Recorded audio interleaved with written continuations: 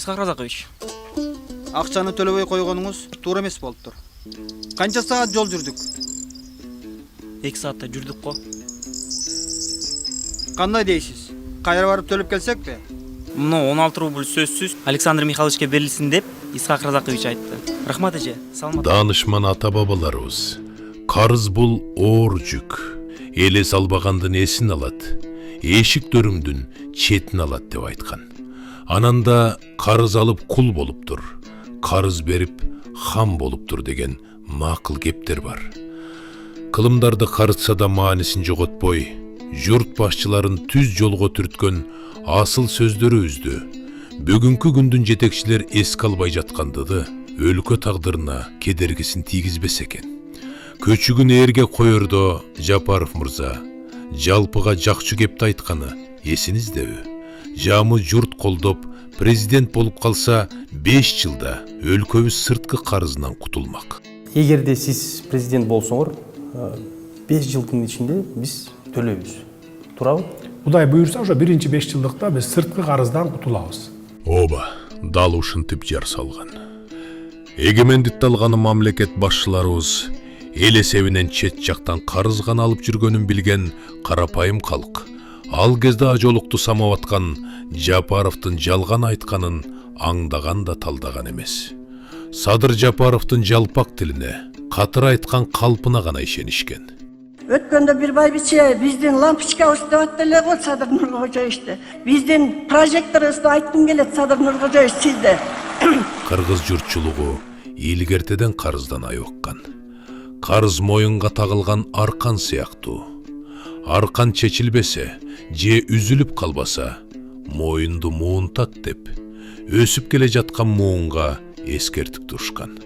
Башка өлкөлөр менен алака курууда эл жакшылары күнүмдүк жыргалчылыктын эмес, келечектин камын ойлошкон. 1953 Москва менен Ленинград шаарларында окуган кыргызстандык улан кыздардын саны 1,5 миңге жеткен. Бул ошол кездеги көз караш менен баамдаганда чоң жетишкендик эле. Ошол борбордук окуу жайларда жылына Кыргызстанга бөлүнгөн квотага жалаң жергиликтүү улан кыздар жөнөтүлсүн деген Разаковдун көрсөтмөсү болгон. Убада берилерден мурда кенен каралып, терен талданы сөз орду менен айтылган.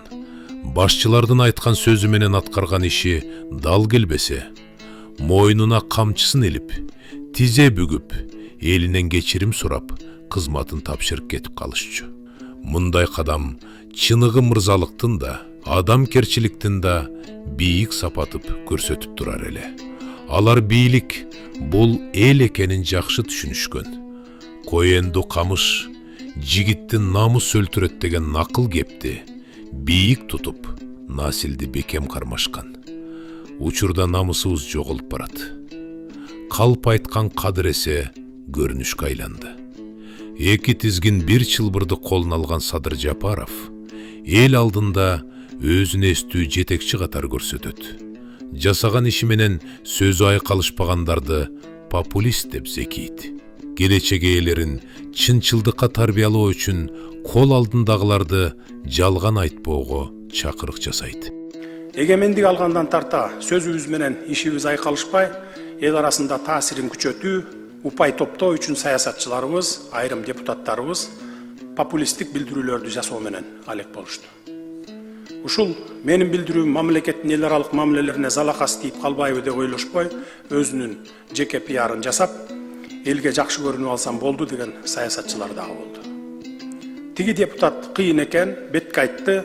Бул депутат кыйын экен, түкүнчө министрди жарга такады деп өз рейтингин гана көтөргөн пиарга жетиштик.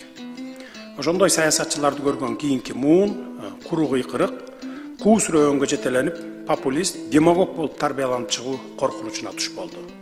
Оба, так ушундай кептерден козгойт. А бирок Жапаровдун өзүнүн жасаган иши, айткан сөзү менен айкалышып атабы? 5 жылда сырткы карызды төлөп бүтөбүз дегени, тескерисинче 5 жылда мамлекеттин карызын эселеп көбөйтөбүз деген алдын ала билдирүү беле. Мындай жүрүм турум менен президент башкаларга кандай үлгү болот? Кыргызстандын эгемендигинде өлкө башкаргандардын качып кеткени да, атып кеткени да, сатып кеткени да Жапаров бийлигиндей чет жактан мынчалык көп карыз алышкан эмес экен. Өзүн элге чындыктын, акыйкаттыктын үлгүсү катары көрсөткөн Жапаров карызды бир күндө төлөп коюуга өлкөнүн күчү жетерин бийик трибунада жогору кеңеште билдирди. Тышкы карыздарыбызды керек болсо бир күндө төлөп салсак болот. Бул үчүн каражаттарыбыз жетиштүү. Бирок ал карыздарды алган учурдагы келишимдер боюнча эрте төлөп салуу бизге пайдасыз болуп чыкты. Келишимдерде убагынан эрте төлөсөк үстөк пайыздары көбөйөт, айып пул кошулат деген сыяктуу шарттар бар экен. Эрендериң эстүү болбосо, эли журтуң хор болот, дейт элибизде. Элдин үнүн, элдин үмүтүн, элдин суроосун бийликке жеткирем деген депутаттар ооздоруна талкан салып алгандай унчукпай отуруп, шатырата кол чабуулар менен коштоп гана турушту. Жапаровка жагалданып жашаганды жактырган жогорку кеңеште бийликке карата колубузда каражат турса, эмне үчүн карыздар эселеп өсүүдө деген суроону түз бергендер чанда чаат. Евробонд жөнүндө сөз болуп атат да, еврооблигациялар боюнча. Это, собственно говоря, займ в долларах и в других резервных валютах, да? Ал карыз.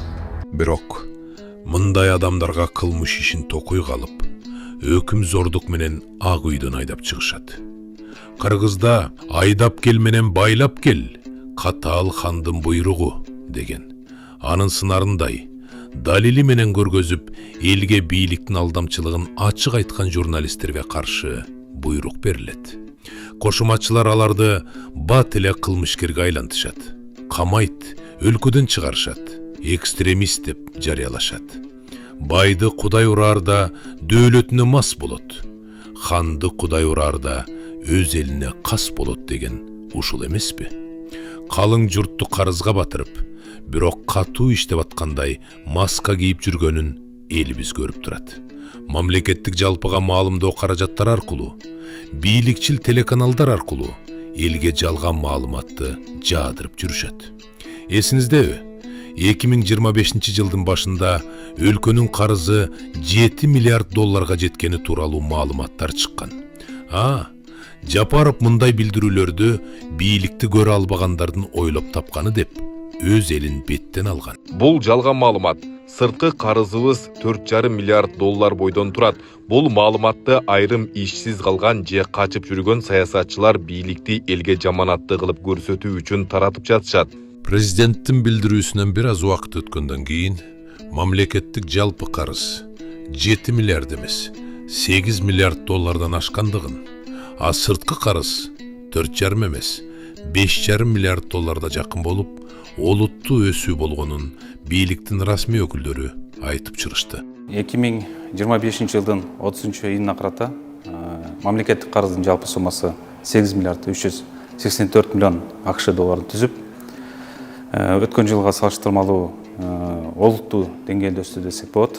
2024 жылдын 31 декабрына карата мамлекеттик карыздын суммасы 6 миллиард 559 миллион АКШ долларын түзгөн. Карызды бир күндө төлөп койгонго чамабыз жетет деп жаткан бийлик эмне үчүн сырттан үстөгө босток карыз алып жатат? Эмне үчүн мамлекеттик карыз бир жылда эле 33%га өстү?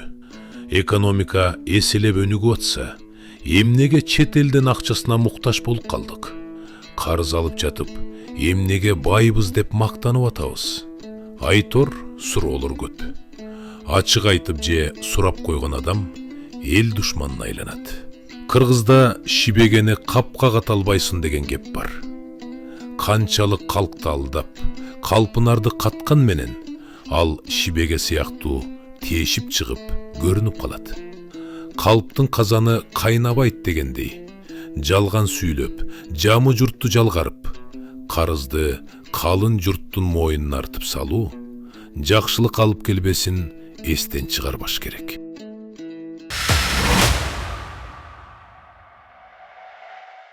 Бийлик биздин оозубузду жапканга аракет кылып жатышат. Камоо, кугунтук, басым кысымдар. Бирок биз ушундай тоскоолдуктарга карабастан ишибизди улантып жатабыз. Бизди Patreon'дан колдоңуз. Бул эмне үчүн маанилүү? Сиздин колдооңуз бизге көз карандысыз иликтөөлөрдү жүргүзүп, коркунучтарга карабастан чындыкты айтууну улантууга мүмкүнчүлүк берет. Бизди кантип колдой аласыздар? Төмөнкү шилтеме аркылуу өтүп, Кемиров Лайф Patreon баракчасын ачыңыз. Өзүңүзгө ылайыктуу катталуу деңгээлин тандаңыз. Сиздин колдооңуз бул чындык үчүн салым, ал эми биздин бонустар бул жөн гана кошумча белек. Картаңыздын маалыматтарын жазыңыз же PayPal'ды тандаңыз. Ушу менен болду. Биз чындык үчүн күрөштү уланта беребиз. Көз карандысыз журналистканы колдооңуз, шилтеме төмөндө.